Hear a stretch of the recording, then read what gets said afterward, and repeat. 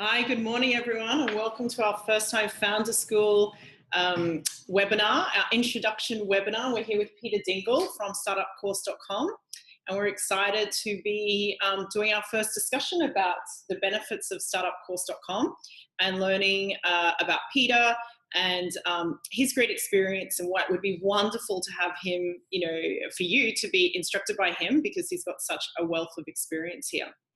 So let me just do a very short introduction about myself. I'm Nicole Denholder. I'm the founder of nextchapter.com.hk, soon to be called nextchaptercrowd.com. We're going through a bit of a change at the moment we're excited about. And what we focus on is funding for female entrepreneurs. And for the past 18 months, we have been running a website that's rewards-based crowdfunding, where we've raised nearly 120,000 US dollars with female entrepreneurs to kick off their businesses. And we've hit fashion, we've hit tech, we've hit social innovation. So we've had a broad range of, we've hit cookbooks, we've hit illustrators. So we've had a broad selection of startups in Hong Kong come through us, and it's been a great experience. And from that, the feedback we've been getting talking to female entrepreneurs is that to continue to grow through their journey and to work towards getting not just crowdfunded, but ongoing funding as they go through their business journey, learning more business fundamentals is quite important. And that's why we've teamed with Peter from startupcourse.com to introduce the first time founder startup course for Next Chapter. Because really listening to the feedback we've gotten is we'd love to learn more, but we recognize everyone's quite busy, and doing it at your own pace is a real benefit of a course like this. So that was kind of the impetus as the feedback we got to go into this. So what I'd like to do is introduce Peter to explain a bit more about his background and about the course. And then we'll go through a couple of questions between Peter and I in terms of the course, and then we'll open it up to questions from those who are attending. So thank you.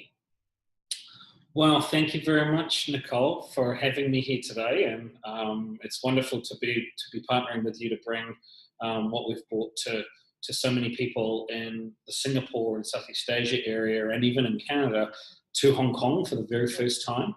And it's going to be wonderful to help people in your community and your network to really start up their first businesses. So I'll give you a little bit of background on myself, and then we can talk a little bit about the course and what amazing things the community is going to have available to them. Yep. Okay. So let me first of all sort of introduce myself.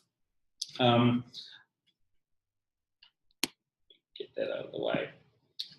So my name is Peter Dingle. I'm a New Zealander. Over the last 16 years, I've been based here in Hong Kong. I've been building high-tech businesses. My sort of pedigree has been working with Intel and creating high-growth businesses across Asia, both from a designing new technology standpoint and a go-to-market standpoint. So I've been, over the last 3 years, after leaving Intel, I've been working in the accelerator and innovation space. And I've personally built and managed and run 9 accelerator programs across the insurance, across the financial industries and banking, across the automotive space. Great. And together with my colleagues at Nest, we have accelerated over 75 startups and helped them either take their idea from what is a very early stage MVP type idea right the way through to securing their first, or in some cases their second stage funding. So I'm also a founding member of Meta, which is our community here in Hong Kong, and I very much have a love of innovation. To give you a little bit of background, I come from a very small part of the world. I come from a very entrepreneurial family. This is New Zealand. This is the Bay of Islands. Okay. It's a very remote part of the world, and I like to say it's kind of a great place to be from. over the last 16 years, I've worked all over the world, building both new products for Intel, working with companies like Dell, IBM, Lenovo, working in Korea with LG and Samsung, working in Japan with Sony, and also working with different types of retailers all over the world, whether it's the smaller retailers in New Zealand and Australia, or whether it's the larger players like the Walmarts or the Best Buys in the US, but also with the supply chain players like the global sources here in Hong Kong that run things like the Startup Launchpad, that help take crowdfunded ideas to that next step of distribution, which is really key. And obviously, I've been here in Hong Kong for most of my career. So I do have an Asia focus. I do believe that Asia is the future for especially hardware businesses, hardware startups. And there's a lot of activities that young founders or first-time founders can take advantage of here. I kind of like to give kind of an overview of some of the businesses that I've worked with. I won't dwell on this, but what I think is really important is to start off with a few kind of really interesting quotes. Okay, this one's good. So a few things that I really believe that you need to understand if you're starting and building a business. Mario Andretti, the only American to ever have won a Formula One, he's got this great saying that if everything's under control, you're going too slow. And a lot of people that are stepping out of their careers in corporate or stepping out of roles where they're risk managers find this particular insight a really difficult one. And when you're starting your own business, as you know, I know, yes, I want you to really understand that if you do feel like things are, right on the edge of crazy, it means that you're probably working at the right speed. And it's that anxiety curve. I don't know if you've seen that one, but I certainly look towards that where it's, some days you're really up and some days it's just an ongoing, every day is different in terms of being an entrepreneur. And there's a lot of days you're like, what's next? And, absolutely agree with that. Yeah. Exactly. So the next one I really feel comes from my experience in the advertising and the creative industry. And really, I believe that when you're making hardware or when you're delivering a service, if you only give people what they already want, somebody else is going to give them what they never dreamed possible. And so whenever somebody is building a solution, creating an MVP, they do have to step out of the box of what their regular customer is asking for and try to go beyond. And so I believe that this is true in the advertising and communications world, but I do truly believe that this is true in building and creating products as well. Thirdly, I do believe that if nobody ever took any risks, Michelangelo would have painted the Sistine floor instead of the Sistine ceiling. And so taking risks is an inherent part of what we do as new business creators. And big risks often have big payoffs. So it's really about helping guide you through the risks or the mistakes that have been made before so that you don't make those same mistakes, enabling you to take new risks that will enable that to pay off. And then lastly, this is really in relation to the age of who you are, of where you fit in the gene, the gene pool, but also who you're communicating to and who you're selling the product to. So I believe that anything invented before you're 18 has been there forever. It's kind of blasé. You think about millennials today who've grown up with YouTube, they've grown up with mobile phones. It's very, very blasé, whereas your grandparents find it a struggle to keep up with these things. Anything that turns up before you're 30 is new and exciting.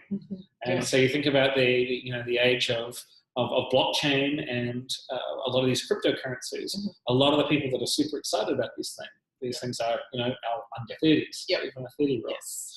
Anything after that is a threat to the world that must be destroyed.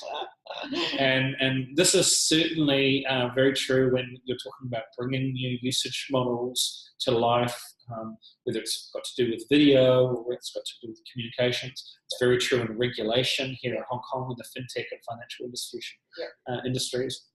And I think that this is really important for you to understand when you're pitching your business, because it means you have to understand who your audience is and how open they are going to be to new usage models or new technologies. And we're finding that in crowdfunding, it's only a 5-year-old industry, and it's changing the way that people fund their business and promote their business and validate their business. And so, certainly when we're looking at for campaigners where they're targeting their audience, we really sit down and think through what the expectations would be in the knowledge bases. Yeah, exactly. So what I wanted to really do is really talk to you a little bit about what the next chapter, First Time Founder course is, what its heritage is, where it comes from, and how validated it already is. Because obviously there are a lot of different opportunities that founders have. There's a lot of free information on the internet, and there seems to be thousands of people selling courses on how to build a business or how to start up right. So I want to make sure that it's really clear what the heritage of this course is and where it came from. So first of all, let me give you just a very quick overview. It is effectively a step-by-step curriculum designed for a first-time founder. And when I say a first-time founder, this doesn't mean that you have to be a high school student or an MBA. First-time founders that have found this successful in helping them develop have been, as old as 50 or 60 years old, who have spent their entire careers in one or two industries. What we've built and consolidated here is over 10 years of experience in building and creating businesses, and it works. We've had over 7,000 people through the physical bootcamp course that my partners, Professor Paul Kawani-Height and Ash Singh, have taught at INSEAD in Singapore and at Ivy in Canada. We've run multiple partnerships with Tsinghua University in Beijing. We've worked with Deloitte in Canada. So this is very, very validated content. And so partly it's about the content, but partly it's about the process and the steps. So what this First Time Founder course is all about is 13 units, which you can see here on the website, that are all supported by over 200 minutes of scripted content. So you can take this at your own pace. You can absorb all of the knowledge that we've sort of canned and captured and refined over the last 10 years of teaching this course at INSEAD in Singapore. And you can do it at your own pace. And instead of having to shell out $160,000 US for an MBA, we're offering it at a really, really amazing, affordable entry price for everyone in the community. So let me just quickly go through what the modules are. And the curriculum is all really clearly laid out here on the landing page. You can see that it starts off with basically just getting yourself ready, some basics, testing your system, and then joining the community on Facebook. So it's very important for everybody who starts a business to build the right foundation. And that means not just getting into it and starting to build an MVP, but making sure that you've thought about founder agreements with your partners, understanding how important legal documents are, and deciding where you actually want to found and start the business. Because often it might not be the best idea to start the company where you live. It might be better to think about other geographies or other markets that are closer to your customers, or have tax advantages. So we cover all of that in that first section, getting people up to speed with the things that they never think about, often until they've failed in their first or second businesses. Then we spend the next 3 or 4 sections thinking about the idea. So making sure that you are really thinking big about what your solution is, understanding what the problem is and what your value proposition is, and assessing the market. Is the market actually big enough? Can you find customers? Who are they? And and not only how big is the total market, but what is the total saleable market that you can reach. Yep. Then we move into sort of prototype development. Yep. So what are you going to build in terms of a minimum viable product to test that you can take this product to market and people will buy it, right? Who is your customer? How are you going to develop that customer persona? So you know how to talk to them, where to reach them, how they want to pay, you know, what type of language to use. Is it going to be super formal or super casual? Are you going to reach them through social media or through email? Do you need to do big print or TV campaigns to reach mass? Or can you reach them through business relationships and partnerships? Right? Then we talk about your actual company. So how are you going to execute what you're doing, right? If you're building a hardware technology, you know, who is going to be your project manager working with the factories? How are you going to do QA and testing? What are your logistics and shipping, you know, complications that you have? We move into a really basic understanding of financial modeling. You know, we have got a big belief that you should never, ever, ever run out of cash in building a business. And building out a Gantt chart that enables you to plan your fundable event timeline. So you know when you talk to investors that you're using language that investors need to understand around, you know, what they're investing in and how they know success is going to be correctly tabled on the cards. Then we talk about the people involved, the teams, the boards, what complications we've learnt over the years that founders bring into companies, right? How you as a potential founder can avoid a lot of these things. Then we move into the concepts of getting investment, whether you're crowdfunding, whether you're raising through a seed round or an angel round. You need to understand some of the language and some of the terminology of how to talk to investors. Investors are not going to be specialists in your area. In fact, you need to show investors that you know more about your area than anybody else. Yes, that's true. Right? So, but not all investors are the same. Some are high risk and looking to take positions in small growing companies. Some are very low risk, and you're going to want to build relationships with them so that if you need money further on down the track, that you can already talk to them. Okay. We have as a bonus for this program, we've built in a number of templates and tools. And two of those templates, the first one is an executive summary generator. One of the biggest challenges we've learned about founders is that when they get an opportunity to sit down in front of a mentor or an investor, they spend the whole time talking about themselves and about why they're making this personal decision, and they waste that time that they can use to explain to that investor or that mentor what their business is, what their business model is, you know, how they intend on turning their idea for a solution into a return. And the executive summary generator enables you to do that on one and a half pages. Great. The second document is the ability to build a pitch deck, and we've built into this a complete pitch deck development process where you can fill in a form and we will email you a presentation which you can use as a starting point for your first presentation deck. Great. So that gives you sort of a summary of all of the content in the course. It's a course that we're very, very proud of. We're on the 4th iteration of the content already. We teach this in person, and this is your ability to join a community and do it online at your own pace, and then connect with us afterwards. Great.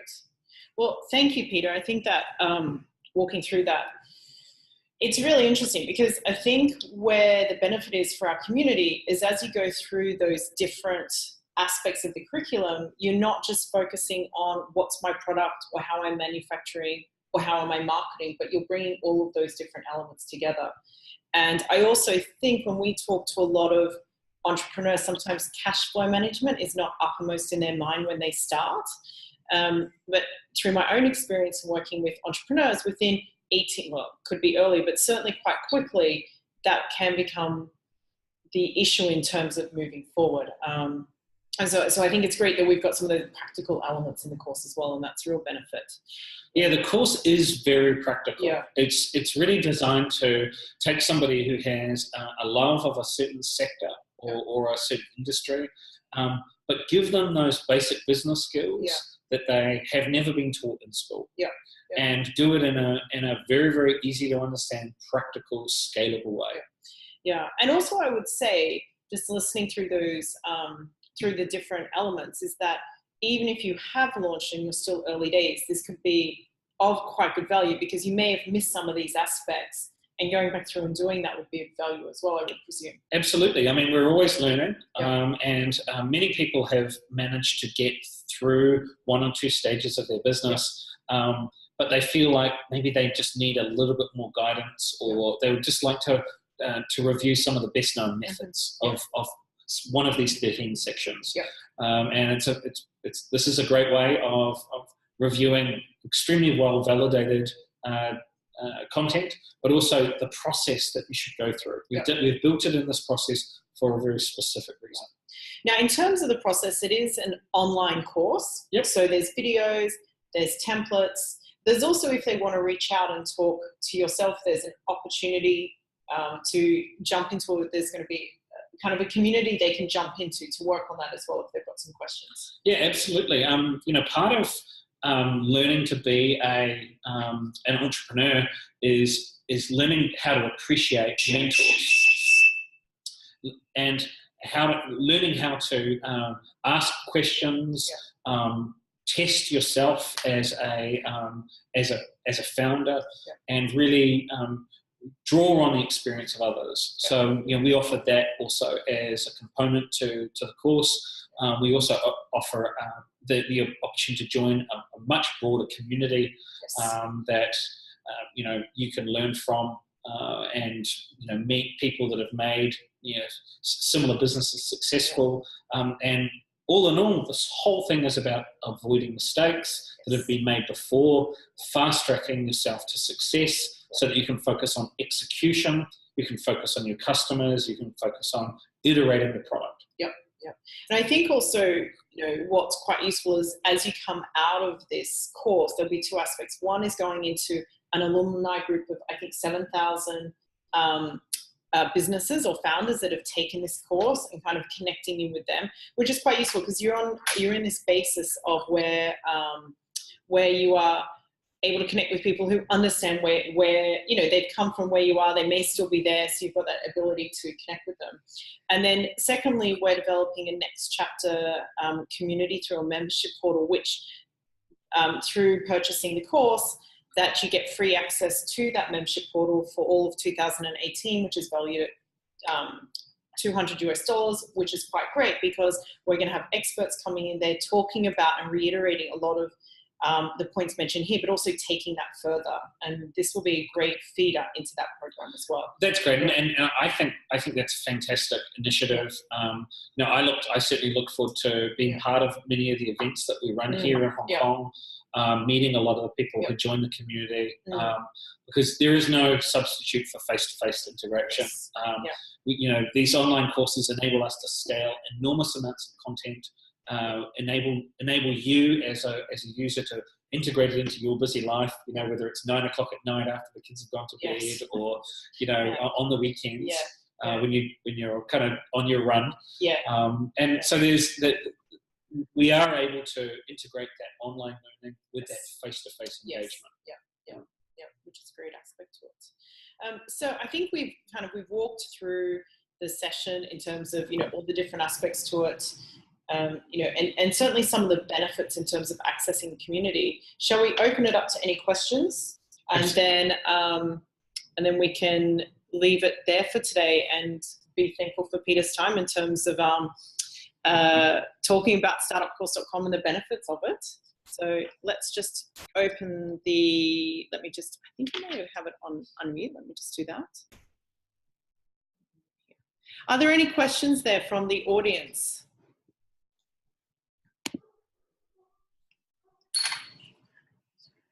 Yeah, one of the questions that I get asked a lot is about the value of the certification, and one of the reasons we included the certification is because not only are we a certified course in Singapore for Skills Future, which we're working on becoming certified in Hong Kong, but also in India and some other markets.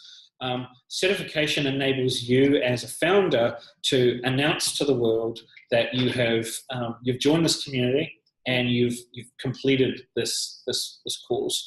And what that really indicates is to nearly 7,000 of the previous participants in the course that you're part of a shared experience, and that has many benefits.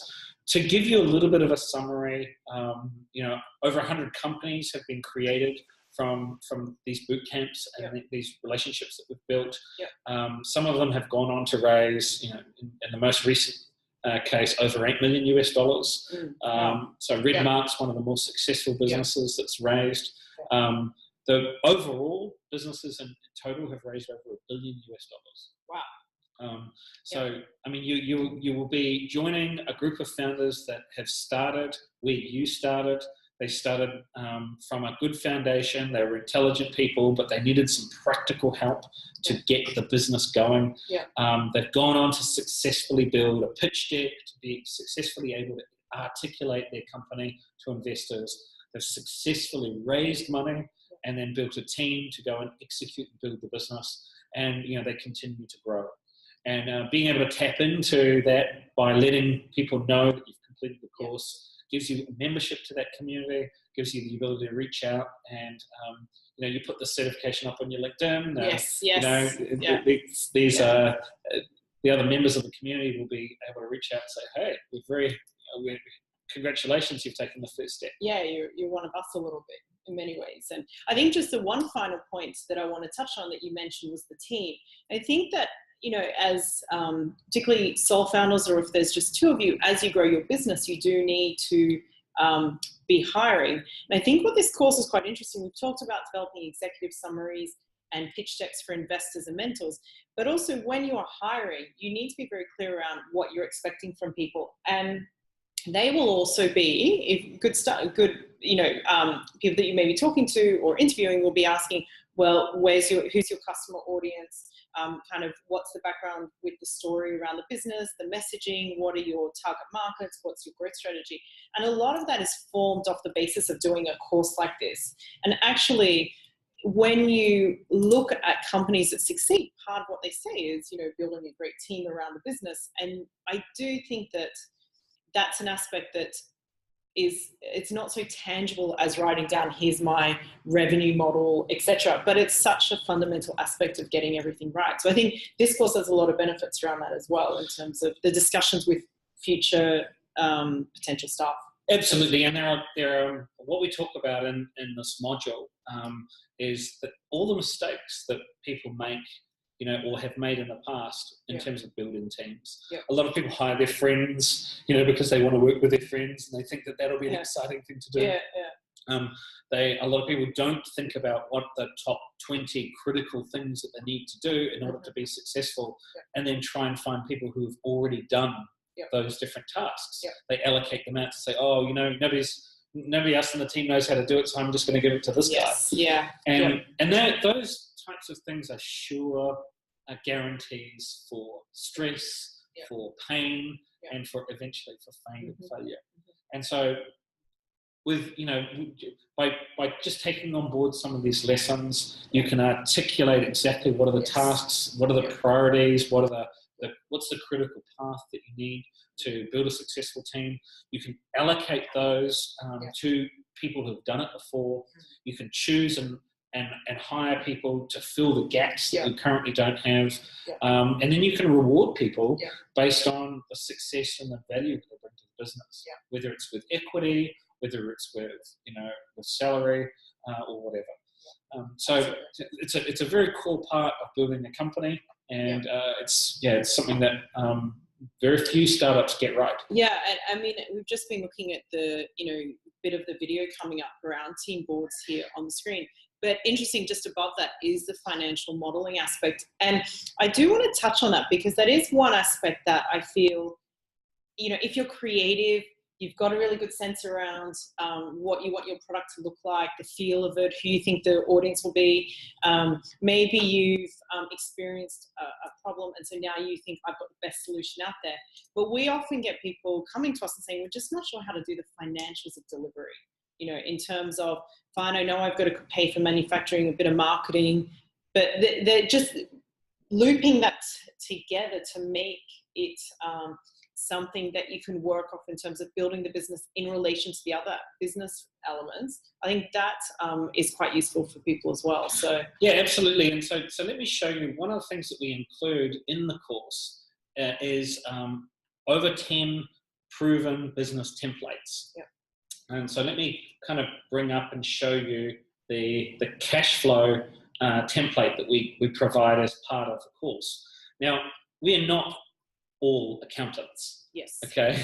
And not necessarily all accountants are business people, right? Exactly right. You know, there's lots of different shared skills that startups have. And so one of the things that we can do to fast track a business owner's ability to build a great business is provide some really proven templates. Yeah. One of them is the cash flow template here, which you can see this. Another one is the Gantt chart. So being able to really phase out the business, set milestones, and put on a page exactly how the business is going to execute. And then lastly, it's really taking the Gantt chart and the cash flow statement and building what we call is a fundable event timeline. And so I mentioned this before. Every business is going to have a burn rate. Okay, you're going to be paying for things before you get money in. And so what investors are interested in understanding is, what is that burn rate? How are you minimizing it? What are the milestones that you are expecting to hit? And what are those milestones going to do to the valuation of the business? Because that's what an investor is really looking to do. And so we help you with these templates. We provide that all for you. We give you an understanding of how to use them, so that the day one, you know, when you start the business, you have a really good big picture of what financial modeling should look like in a business, how you should be planning for cash flow, how you should be translating that not only to your business and manufacturing, but also to your fundraising. No, that's great. Okay, well, I want to say thank you to Peter for joining us today to talk about startupcourse.com, specifically with Next Chapter. And I want to thank everyone that's joined today. I hope you've gotten some great interest in the startup course, and certainly you can contact us if you've got further questions, and go through and have a look at the landing page. There's some videos you can quickly look at, and there's testimonials to give you a sense of how it works. So thank you for joining us today, and thank you. You're very welcome. Okay. Bye-bye, everyone.